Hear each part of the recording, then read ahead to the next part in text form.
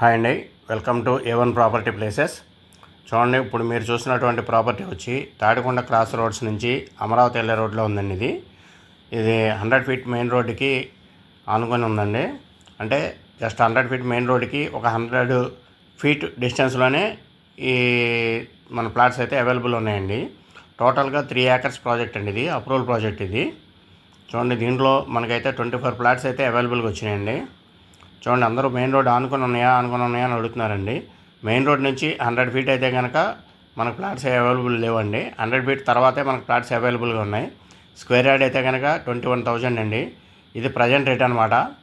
చూడండి, మనకి 10th onwards అంటే 10వ తారీఖు నుంచి జూలై 10వ తారీఖు నుంచి రేట్ అయితే మళ్ళీ పెరుగుతుంది.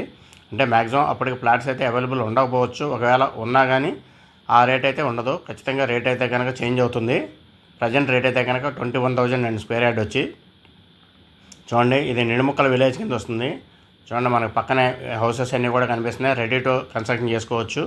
ఇదైతే మంచి ప్రాపర్టీ అండి. ఇది రాజధానికి, క్యాపిటల్కి, అమరావతికి అన్నిటికి అరౌండ్ 10 to 15 కిలోమీటర్స్ వస్తుంది. ఇది యూనివర్సిటీస్కి అన్నిటికీ కూడా నియర్ బై ఉంటుంది.